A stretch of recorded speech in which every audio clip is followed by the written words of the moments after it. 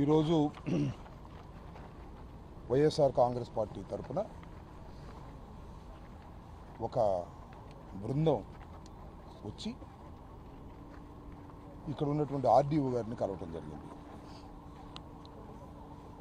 Sai Krishna lockup death మీద magisterial విచారణకు ప్రభుత్వం ఆదేశించింది. దాని ప్రకారం ఏమన్నా వాస్తవాలు తెలుసున్నా, అనుమానాలున్నా వాటన్నిటినీ కూడా బహిరంగంగా వారి ముందు సమర్పించాలని, వారితో మాట్లాడాలని, విచారణలో పాల్గొవాలని పిలుపునిచ్చిన ధర్మిల మేమందరం ఒక రిప్రజెంటేషన్ ఆన్ రిటర్న్ ఒక రిప్రజెంటేషన్ తీసుకొని మాకు ఈ కేసు మీద ఉన్నటువంటి అభిప్రాయాలు, అనుమానాలు వీటన్నిటినీ కూడా పొందుపరచి సమగ్రంగా వారికి ఆన్ రిటర్న్ ఇవ్వటం జరిగింది. మీ అందరికీ తెలుసు, it is a sensational case in India, not only Vijayawada. ఒక హృదయ విదారకమైనటువంటి హత్య. ఆ హత్య కూడా ఎక్కడ అంటే పోలీస్ స్టేషన్లో. ఎవరు చేశారా అంటే పోలీసులే చేశారు. రక్షక భట నిలయంలో ఒక కుర్రవాణ్ణి దారుణంగా హింసించి చంపారు అనేటువంటి ఆరోపణ. ఇంకొక చిత్రమైన విషయం ఏంటంటే, అందరికీ ఆశ్చర్యాన్ని కలిగించే విషయం, డెడ్ బాడీని కూడా మాయం చేశారు. ఇలాంటి సంఘటనలు నాకు ఇప్పుడు 70 సంవత్సరాలు వస్తున్నాయి. నేను న్యాయవాదిగా పనిచేశాను. అనేకమైన లాకప్ డెత్తులు మనం చూసాం. పోలీసులు కొడితే చచ్చిపోయిన సందర్భాలు చూసాం. కానీ ఇంత భయంకరమైనటువంటి పోలీస్ హత్యని ఇంతవరకు చూడలేదని ఈ సందర్భంగా నేను చెప్పదలుచుకున్నాను. అదేమంటే కొంతమంది ఏమంటారంటే వాడు రౌడీ అండి, వాడి మీద కేసు ఉన్నాయండి, ఇలాంటి చౌకబారు మాటలు మాట్లాడుతున్నారు. ఇది భారత ప్రజాస్వామ్యంలో రాజ్యాంగం ఇచ్చినటువంటి బ్రతికేటటువంటి హక్కుకి భిన్నంగా జరిగినటువంటి సంఘటన. ఈ సంఘటన మీద దేశవ్యాప్తంగా చర్చ జరుగుతూ ఉంది. దీనిలో గమనించాల్సిన అంశం ఏంటంటే, ఇది జరిగిన తర్వాత దీన్ని భూస్థాపితం చేయటానికి అనేక చర్యలు తీసుకున్నారు. తీసుకొని చర్య అంటూ లేదు, అది బయటికి రానివ్వలేదు. ఎక్కడైతే డెడ్ బాడీ కనపడితే కేసు అవుతుందేమో డెడ్ బాడీని క్లోజ్ చేసేసేసి డెడ్ బాడీని భస్మం చేసేసారో లేకపోతే పాసేసారో తెలియదు. చివరికి తల్లి వెళ్ళి అడిగితే సమాధానం లేదు. చివరికి మీకు మనవి చేస్తున్నా, మే 28వ తారీఖున తల్లి వెళ్ళి ఒక కంప్లైంట్ ఇచ్చింది. నా కొడుకుని పోలీసులు తీసుకొచ్చారు, ఇది మిస్టీరియస్గా ఉంది, లాకప్ డెత్ లాగా కనిపిస్తుంది అని ఇచ్చినా కూడా దాన్ని కూడా రిజిస్టర్ చేయలే. రిజిస్టర్ చేయకపోగా అక్కడి నుంచి జాగ్రత్త పడ్డారు. ఎవిడెన్స్ను తుడిచివేసే కార్యక్రమం పోలీసులు చేశారు. చివరికి ఎప్పుడు మాజీ ముఖ్యమంత్రి జగన్మోహన్ రెడ్డి గారు వెళ్ళి పలకరించారు. అమ్మ, నీకు జరిగిన అన్యాయం, నీ వెనుక మేము ఉంటాం అని చెప్పారు. ఎప్పుడు ఇది 18వ తారీఖున సాయంత్రం. ఆ రాత్రి పిలిపించుకుని విజయలక్ష్మి గారి దగ్గర కంప్లైంట్ తీసుకుని అప్పుడు రిజిస్టర్ చేశారు.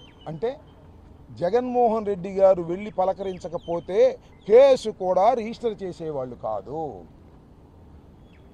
అంతకుముందు హెబియస్ కార్పస్ ఆ తల్లిగారు వేసింది.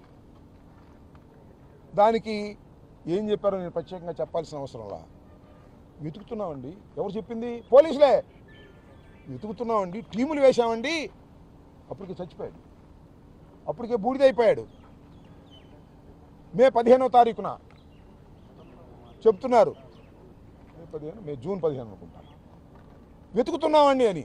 మేము అప్పుడే చెప్పాము. నేను మొత్తం ఎంక్వైరీ చేశా. వాళ్ళ తల్లిదండ్రులతో, వాళ్ళ తల్లితో మాట్లాడా, వాళ్ళ మేనమామలతో మాట్లాడా. ఉన్న సమాచారం మేరకు నేను చెప్పింది ఏంటంటే, ఆ రోజునే చెప్పా, చంపేశారు, బూడిద చేశారు, దొరకదు, కేసు మాఫీ చేయడానికి ప్రయత్నం చేస్తారు అని చెప్పిన తర్వాత రాష్ట్ర వ్యాప్తంగా సంచలనం అయిన తర్వాత జగన్మోహన్ రెడ్డి గారు వెళ్ళి పలకరించిన తర్వాత యాక్షన్లోకి వచ్చారు. ఎంత దుర్మార్గం అండి! యాక్షన్లోకి వచ్చారు. సరే, సిట్టు వేశారు, స్పెషల్ ఇన్వెస్టిగేషన్ టీం ఏం చేస్తుంది? ఎంత విచిత్రం! అసలు ఈ చట్ట సమాజంలో జరుగుతుందా? మీరు ఇంతకుముందు చూశాను, చట్టంతో చెలగాటం అనే ఒక సినిమా వచ్చింది. చట్టంతో చెలగాటం ఆడుతున్నారు పోలీసులు. సీసీ కెమెరాలు కనపడవు, తీసేశారు సీసీ కెమెరాలు. అంతేకాదు నాగరాజు సెల్ ఫోన్ తీసుకోలేదు. కానిస్టేబుల్స్ని అరెస్ట్ చేసి ప్రొడ్యూస్ చేశారు. వాళ్ళు లొంగిపోయారు, చేశారు, అది వేరే విషయం.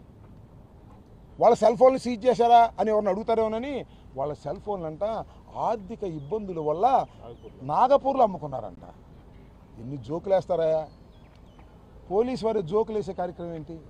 ఆర్థిక ఇబ్బందుల వలన అంటే వాటిల్లోకి వెళితే వాస్తవాలు బయటకు వస్తాయి.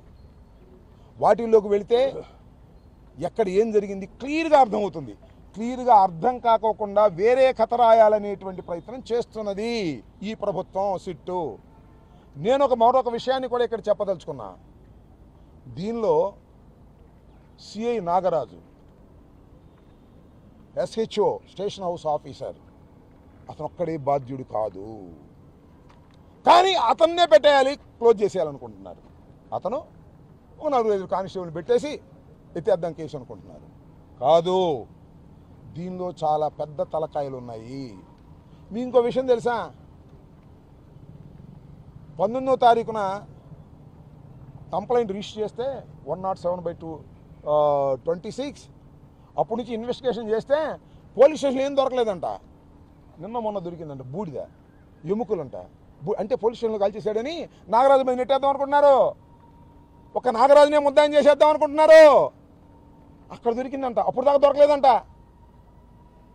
కంప్లైంట్ ఇచ్చినప్పుడు వెతకలేదు, ఇప్పుడు ఎక్కడో తీసుకొచ్చి పెట్టారు. నేను ఆరోపణ చేస్తున్నా, కాదని చెప్తానండి. ఎక్కడో తగలేస్తే అక్కడికి వెళ్ళి ఆ బూడిద, ఆ ఎముకలు తీసుకొచ్చి అక్కడ పెట్టారు. పోలీస్ స్టేషన్ పైన పెట్టారంట. అంటే అది అక్కడే తగలేసాడని అర్థం ఏంటిది? ఎంత గ్లేరింగ్గా తప్పులు చేస్తున్నారు.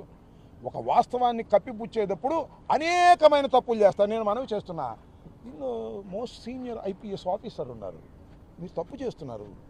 వాస్తవాలను బయటికి తీసుకురాకోకుండా కొన్ని వాస్తవాలను బయటికి తీసుకొచ్చి నాగరాజుని ఇరికించేసి నాగరాజుతో కథ సమాప్తం చేయాలనుకుంటున్నారు. దీనిలో పెద్ద పెద్ద తలకాయలు ఉన్నాయి. కొన్ని వార్తలు వింటుంటే నిజమో కాదో సిట్టు చెప్పాలా. అసలు పోలీస్ స్టేషన్లో కొట్టలేదంట, హోటల్ తీసుకెళ్ళి కొట్టారంట, మరో చోట కొట్టారంట, తీసుకెళ్ళి బూడిద చేశారంట. అది మేము చెప్పిందాక బూడిద చేశారని మొట్టమొదటిగా మా చెవులకు వస్తే మేమే చెప్పాము. బూడి చేసిన మాట నిజమే కదా. ఎముకలు తీసుకొచ్చి పెట్టారు పోలీస్ స్టేషన్ పైన. 4 ఎముకలు. అవి మరి నిజంగా అవి మరి సాయికృష్ణవో కావో సరే, డిఎన్ఏ టెస్ట్లో తెలుస్తుంది. డిఎన్ఏ టెస్ట్లో కూడా తెలియకోకుండా మసిపూసి మారేడుకాయ చేసి మొత్తం టోటల్గా ఉన్న ఎవిడెన్స్ని రూయిన్ చేసేయాలని చెప్పి పైనుంచి కింది దాకా ప్రయత్నం చేస్తున్నారు. ఇవాళ మెజిస్ట్రేరియల్ ఎంక్వైరీ చేశారు. నిజానికి జ్యుడిషియల్ ఎంక్వైరీ జరగాల. మెజిస్ట్రేరియల్ ఎంక్వైరీలో ఏమీ రాదు. మెజిస్ట్రేరియల్ ఎంక్వైరీ ఇప్పుడు వేయాలి, దెబ్బలు తగిలినప్పుడు, వాడు బతుకున్నప్పుడు వేయాలి. పోలీస్ స్టేషన్లో డెత్ జరిగితే మెజిస్ట్రేరియల్ ఎంక్వైరీ కాదు, మసిపూసి మారేడుకాయ చేయడానికి ప్రభుత్వం వేస్తున్నటువంటి నాటకం జ్యుడిషియల్ ఎంక్వైరీ ఇవ్వాలా. అంతేకాదు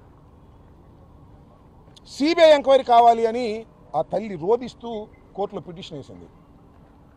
హెబియస్ కార్పస్ పిటిషన్లో ఎడిషనల్ పిటిషన్. అక్కడ నుంచి తంతు మొదలెట్టాడు చంద్రబాబు నాయుడు గారు. కొంతమంది తెలుగుదేశం వాళ్ళు ఆమెని మోసం చేయడానికి, ఆమెని బలవంతం చేయడానికి ఆమె మీద ప్రెషర్స్ బిల్డప్ చేస్తున్నారు. వదిలేమ్మా, తీసేసుకో పిటిషన్ అని. తీసేసుకోకపోతే కొంపలు మునిగిపోతాయి, ప్రభుత్వాలు పడిపోతాయి, దీనిలో వాస్తవాలు బయటకు వస్తాయని ప్రెషర్ చేస్తున్నారు. I know that. సరే, ఆ ప్రెషర్ తట్టుకుంటారా లేదా వీ విల్ సీ లేటర్. ఏవి తట్టుకున్నా లేకపోయినా ఇది ఆ తల్లి బాధే కాదు, సమాజపు బాధ. ఒక వ్యక్తిని తీసుకెళ్ళి పోలీస్ స్టేషన్లో చంపేసి బూడిద చేసి మాయం చేయాలనేటువంటి ప్రయత్నం, కేసుని క్లోజ్ చేయాలనే ప్రయత్నం చేస్తున్నారు. ఇది సమాజానికి చాలా ప్రమాదకరం. కాబట్టి పౌర హక్కుల వాళ్ళు బయలుదేరారు, వచ్చారు చాలామంది. వైఎస్ఆర్ కాంగ్రెస్ పార్టీ తరఫున మేము చెల్లించి మాట్లాడుతున్నాం, వదిలిపెట్టాం. మేము కూడా సిబిఐ ఎంక్వైరీ అని చెప్పేసి మేము కూడా పిలిచివేస్తాం ఈ రాష్ట్రంలో, ఈ దేశంలో. కాబట్టి అసలు ఇప్పుడైనా సరే ఒక స్టేట్లో ఒక డెత్ జరిగితే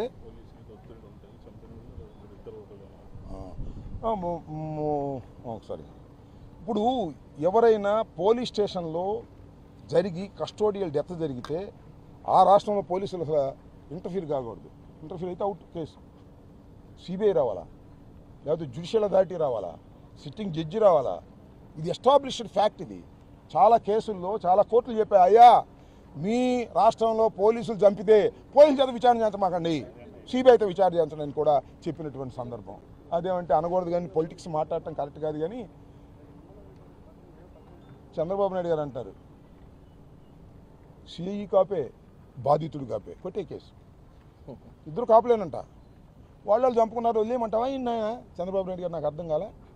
మసిబూసి మారేడుకాయ చేయాలనేటువంటి ప్రయత్నం చేస్తున్నారు. పొలిటికల్గా కూడా దీన్ని తొక్కేయాలని ప్రయత్నం చేస్తున్నారు. సరే, చాలామంది పవన్ కళ్యాణ్ గారు మాట్లాడలేదు, సరే అన్నీ కూడా వాటి జోలికి నేను వెళ్ళదలుచుకోవాలి. ఎందుకంటే ఇది ఒక హృదయ విదారకమైనటువంటి సంఘటన. ఈ రాష్ట్రంలోనే కాదు, దేశంలోనే ఇప్పుడు జరగనటువంటి సంఘటన. దీన్ని ఇలాగే భూస్థాపితం చేస్తే చాలా ప్రమాదం సమాజానికి. దీన్ని వెలుగులోకి రావాలి. తమిళనాడులో మదురై కోర్టులో ఏ విధంగా తీర్పిచ్చారో దీనిలో వాస్తవంగా పాల్గొన్న అందరికీ కూడా ఉరిశిక్షలు పడేంత వరకు కూడా సమాజం తరపున మనం పోరాడవలసినటువంటి బాధ్యత ఉందని మేము భావిస్తున్నాం. ఒక పైనుంచి నొక్కేస్తున్నారు ఐపీఎస్ ఆఫీసర్లు, సిట్టు, వీళ్ళందరూ నొక్కేస్తున్నారు. ఇది ధర్మం కాదు. మీకు ఆ ఉసురు తగులుతుంది, ఆ తల్లి యొక్క ఉసురు తగులుతుంది. వాస్తవాలు బయటకు తీసుకురావడానికి, సమాజానికి చెప్పడానికి, న్యాయస్థానానికి చెప్పడానికి మీరు ప్రయత్నం చేయాలి. అనేకమైన గ్లేరింగ్ మిస్టేక్స్ మీరు చేశారు. ఇప్పుడు దాకా ఆమె 28వ తారీఖున ఇస్తే కేసు రిజిస్టర్ చేయలేదు, మళ్ళీ పిలిపించుకుని కేసు రిజిస్టర్ చేశారు. ఆ రోజునే కేసు రిజిస్టర్ చేసినట్టయితే వాస్తవాలు బయటకు వచ్చాయి. అంతకుముందే వెళ్ళి ఆపినట్టయితే అతను మరణించేవాడు కాదు. ఈ మరణం వెనుక మిస్టరీ ఉంది. కేవలం ఒక రౌడీ షీటర్ను, ఒక కేసులో ఉన్నవాడినో తీసుకొచ్చి చచ్చేదాకా కొడతారని ఎవడన్నా? ఒక గంజాయి కేసు కొడతారు చచ్చేదాకా కొట్టారు అంటే దీనిలో మిస్టరీ ఉంది. దీనిలో ఏదో పెద్ద హస్తం ఉంది. ఆ హస్తాన్ని కాపాడటానికి నాగరాజును బలి చేసే కార్యక్రమం. వాడు కాపే, వీడు కాపే, కొడే కేసు. నాగరాజు అనే వ్యక్తి యొక్క పాత్ర లేదని నేను, అతని పాత్ర చాలా తక్కువగా ఉన్నట్టుగా నాకు సమాచారం. అసలు పెద్దలు పాత్ర ఉంది, మిస్టరీ ఉంది. దాన్ని కప్పేందుకు ప్రయత్నం చేస్తున్నారు. నాగరాజు కూడా భయపడతాడు. విన్నారా విచిత్రం? సిఐ నాగరాజు కూడా భయపడుతున్నా అంట. రిటర్న్గా ఇచ్చాడు, అయ్యా నన్ను పోలీసులు హ్యాండ్ ఓవర్ చేస్తే నన్ను కొడతాడు అంట, చంపేస్తారంట. అంటే అతను కూడా చంపేస్తాం, అవుట్ అయిపోయింది. ఆ కాపు చచ్చాడు, ఈ కాపు చచ్చాడు, తీసేయ్ కేసు అంటాడు చంద్రబాబు. అనేది నన్ను చంపేస్తారని కస్టడీలో ఉన్నటువంటి ఒక సీనియర్ పోలీస్ ఆఫీసర్, సిఐ, నేరారోపణలో ఉన్న వ్యక్తి పోలీసులను చూసి భయపడేటువంటి పరిస్థితికి వచ్చిందంటే అతని మీద తీవ్రమైన ఒత్తిడి ఉంది. ఒప్పుకో నాగరాజు, నువ్వు ఒప్పుకో, అందరం వదిలేద్దాం, మీ కానిస్టేబుల్ నలుగురు కలిసి ఒప్పేసుకోండి, తూతుమందం చేసేద్దాం, కేసు క్లోజ్ చేసేద్దాం అని ఎక్కడో ఒత్తిడి ఉంది పోలీస్ ఆఫీసర్లో, అధికారులు. కాదా చెప్పమంటున్నా. దీనికి జ్యుడిషియల్ విచారణ జరగాలి, సిబిఐ ఎంక్వైరీ జరగాలి, జడ్జి చేత జరగాలి. జరిగినప్పుడు మాత్రమే వాస్తవాలు బయటకు వస్తాయి. అలా వాస్తవాలు బయటకు వచ్చేంత వరకు మేము పోరాటం చేస్తాం వైఎస్ఆర్ కాంగ్రెస్ పార్టీ తరఫున. ఆ తల్లిని కూడా పోరాటం చేయమని అడుగుతాం. పాప మన మీద ఒత్తిళ్ళు ఉన్నాయి, వాళ్ళ మీద చాలా బాధాకరమైనటువంటి ఒత్తిళ్లే కాక భయపెట్టేటటువంటి పరిస్థితులు కూడా ఉన్నాయి. అక్కడ ప్రభుత్వం, అది పోలీసు యంత్రాంగం, అది పెద్ద పెద్ద ఆఫీసర్లు, పాప స్మాల్ ఫ్యామిలీ. మేమేదో అండగా ఉన్నాం కాబట్టి ఇక్కడి దాకా వచ్చింది, లేకపోతే తూతు మంత్రం అయిపోయింది పాటికి అనేది కూడా దగ్గర చెప్పదలుచుకున్నాం. మెజిస్ట్రియల్ విచారణ వల్ల ఏ వాస్తవాలు బయటకు రావు. అయినా కూడా చట్టాన్ని గౌరవిస్తూ వైఎస్ఆర్ కాంగ్రెస్ పార్టీ తరఫున రిప్రజెంటేషన్ ఇచ్చాం. ఈ విచారణలో తూతు మంత్రం ఏమీ రాదు, సిట్టు విచారణ కూడా ఏమీ రాదు. సిట్టు విచారణ ఏం జరుగుతుందంటే ఉన్నటువంటి ఆధారాలను తుడిచిపెట్టి వక్ర మార్గంలో పెట్టే కార్యక్రమం చేస్తుంది. ఎక్కడో వెళ్ళిపోయినటువంటి డెడ్ బాడీ యొక్క ఎముకలు తీసుకొచ్చి పోలీస్ స్టేషన్ పైన పెట్టి ఇక్కడే తగలేసాను నాగరాజుని చెప్పడానికి ప్రయత్నం చేస్తున్నారు. ఇది చాలా ఘోరం, అన్యాయం. నేను చెప్తున్నా, నాగరాజుకి అన్యాయం జరిగినా కూడా ఒప్పుకోం. నాగరాజు దీనిలో పాత్ర ఉంది. స్టేషన్ హౌస్ ఆఫీసర్గా ఎవరండి తీసుకొచ్చింది? టాస్క్ ఫోర్స్ కదా. అసలు టాస్క్ ఫోర్స్ చంపేసి నాగరాజు మీద పడుతుందని అనేటువంటి అపవాదు కూడా ఉంది. టాస్క్ ఫోర్స్ చంపేసిన తర్వాత అది నాగరాజు మీద నెట్టాలనేటువంటి ప్రయత్నం చేస్తున్నారు అనేది కూడా ఉంది వాళ్ళ. కాబట్టి ఈ వాస్తవాలు బయటకు రావాలి. నిజమైన దోషులు, నిజమైనటువంటి కిల్లర్సు ఎంత పెద్దవాళ్ళైనా వాళ్ళు తమిళనాడులో శిక్ష పడ్డట్టుగా పడాలని మేము కోరుకుంటున్నాం.